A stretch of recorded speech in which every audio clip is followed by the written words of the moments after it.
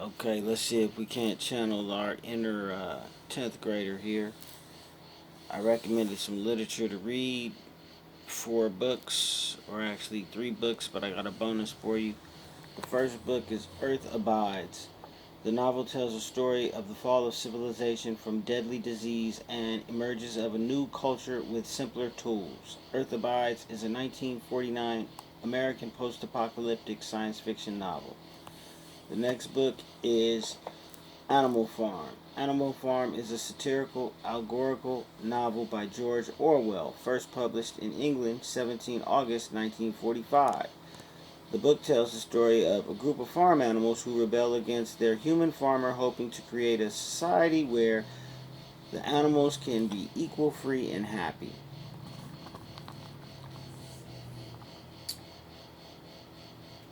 The main message in Animal Farm is that power corrupts even when idealism is at play. Animal Farm, known at the beginning and the end of the novel as the Manor Farm, symbolizes Russia and the Soviet Union under Communist Party rule. But more generally, Animal Farm stands for any human society, capitalism, socialism, fascism, or communism. One important moral of Animal Farm is the ease in which language can be manipulated and twisted for evil purposes, the power of words, and the power of political propaganda. Power and control is one of the most important themes of the book. Message proposed Animal Farm is an important book for society because it shows us the political danger of how good intentions satirizes the authoritarian USSR and shows how even revolutions born from good intentions can mislead the people they are meant to serve. Orwell's main point is to criticize communism, or at least the way communism was implemented in the Soviet Union. The book Animal Farm was misunderstood and was seen as being critical of all forms of socialism rather than specifically Stalinism, communist. The American Central Intelligence Agency, the CIA, founded a cartoon version in 1955 because of its legality. Many in the Soviet controlled territory and were the first to read the book in private.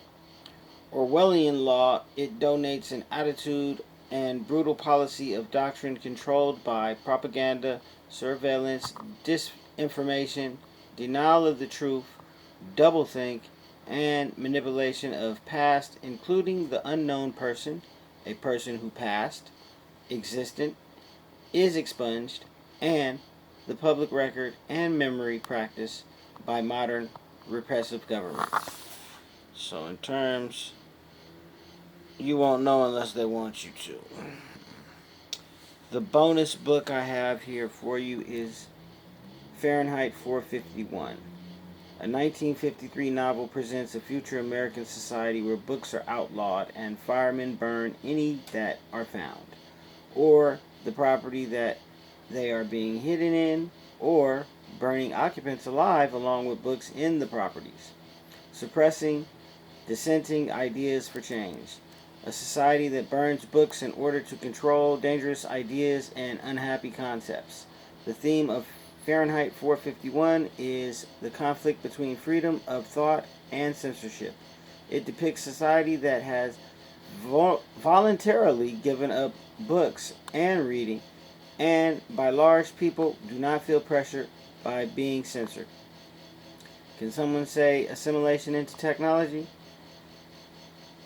People are into entertainment, technology, no time for reading books, just in the burning ritual.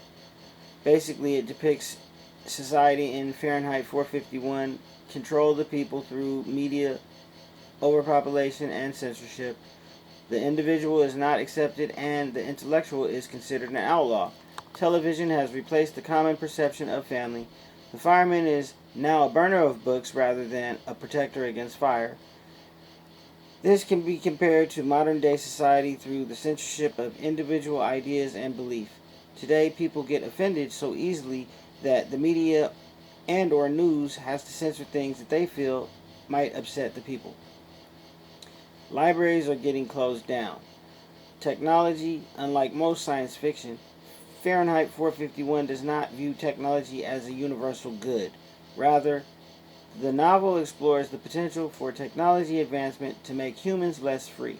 It explores the struggle between man's desire for knowledge and individuality in a society that expects ignorance and conformity. A warning to society nowadays shows through technology, violence, and distraction, technology is one way the book is warning us in society today. You know, nobody reads books anymore. I mean, yeah. And then the last one is the icing on the cake. This is the best one. Big Brother. George Orwell, 1984. Big Brother is watching you. 1984 portrays a world divided between three states, right? What's that? Russia, China, and the U.S., right? Wait a minute, back to the book here. Each of them are sovereign and under totalitarian rule. Law does not exist at all in totalitarian Oceania. Thoughts were crime. You were to have no thoughts of your own, no writing diaries. Thoughts were a crime. Thought crime is a criminal act of holding unspoken beliefs that oppose or question the party. Thought crime is punishable by death. In the book, they had a hate week where basically crime was permitted, assault, murder, abuse, murder, whatever. If I recall right, I think it was in an arena for about 5 minutes. It was a psychological operation designed to increase the hatred of population for the enemy of the totalitarian party as much as possible, whichever the two opposing superstates that may be. Totalitarianism is one of the major themes of the novel. 1984 presents the type of government where even the head of government is unknown.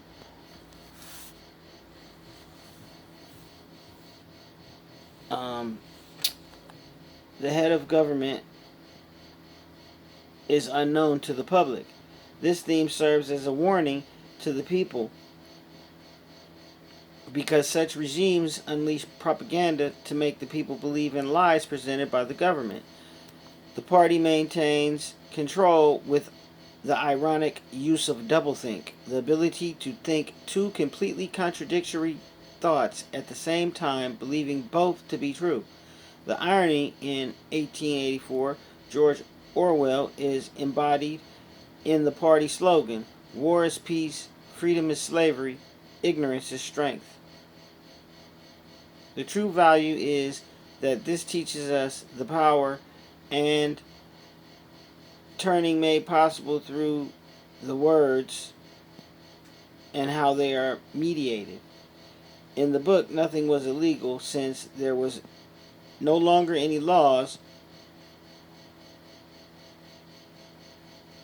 It should have been no punishments, but if a character was caught writing in a diary, it would be reasonably certain that it would be punished by death or at least 25 years in a forced labor camp.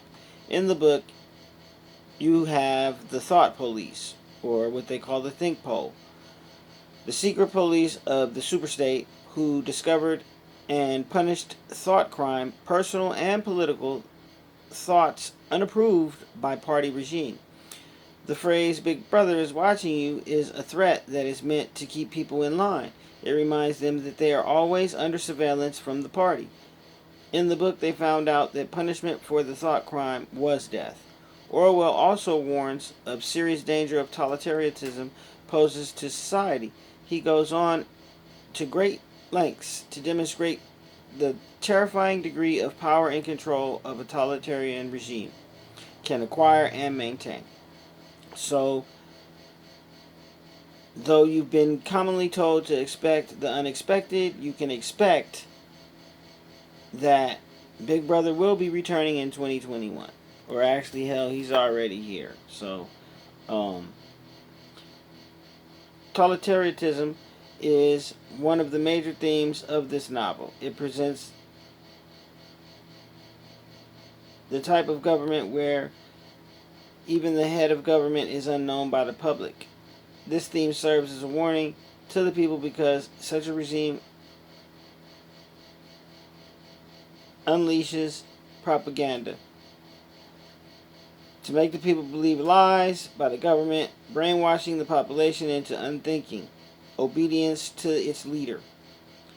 In the book, the Orwellian nightmare comes true, with actual NSA high-tech spy systems, mind-reading machines, secret government projects, and emerging artificial intelligence programs.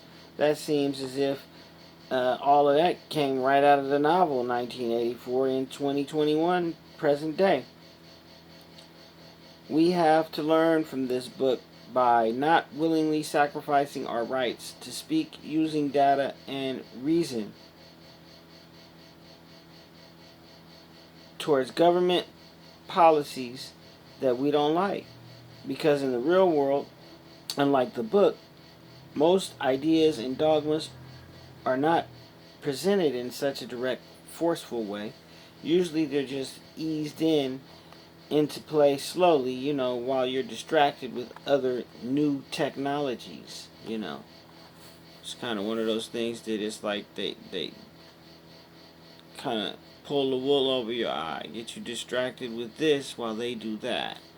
And then when you notice that they did that and you're saying, hey, what's going on with that? Now, over here they got another something that they're trying to do while you're distracted with what's going on with what you just discovered. So, you have to basically keep up with the times, man, and stay on your job for you and your family. You know what I'm saying?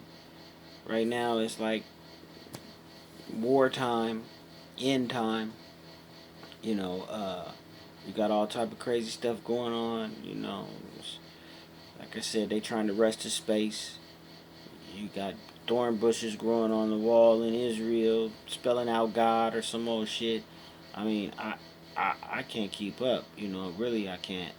They got big B-2 bombers or, big ass sophisticated jets that look like they could carry half an army that they landing on freeways and roads in the middle of the desert and shit. I mean, it's making space stations, Russia got one falling out the sky, China got one just went up in the sky, they got a fake sun, a fake moon, they harvesting animals and seeds and all type of stuff, they gearing up with nuclear weapons and playing war games like it's some type of game. I mean, what's the plan? To funk real hard and destroy everything here and then run away to space? And leave all the poor people here to die in a nuclear cloud or in a dying world? I mean, I'm not following it. We supposed to be united we stand, you know what I'm saying? So, we got to put it together as a country, as a nation, as a people, because we only got one earth, and as it looks, we ain't gonna have that in a minute. The powers that be already ready to shake this damn thing down. We might have a earthquake, a tsunami, which we ain't never had, but they do exist and they happen around the world. Never here in Cali, but that's the time we living in. You know what I'm saying? They worry about climate change, but they got Skynet up in space. You know what I mean? It's like they worried about the vaccine. You know what I'm saying? And they got war going on. They got America infiltrated right now. My daughter at school, and the borders ain't even safe where she at. You got look like slavery right now, where they got states that's outlawing voting for blacks. Looks like, and they got slave masters on horses whipping black people at the border. You know, and then you got your the housemaster, Joe Biden, talking about the country is doomed not just because of black Americans. And this is the guy you want to lead you into victory or defeat? You defeated before you started.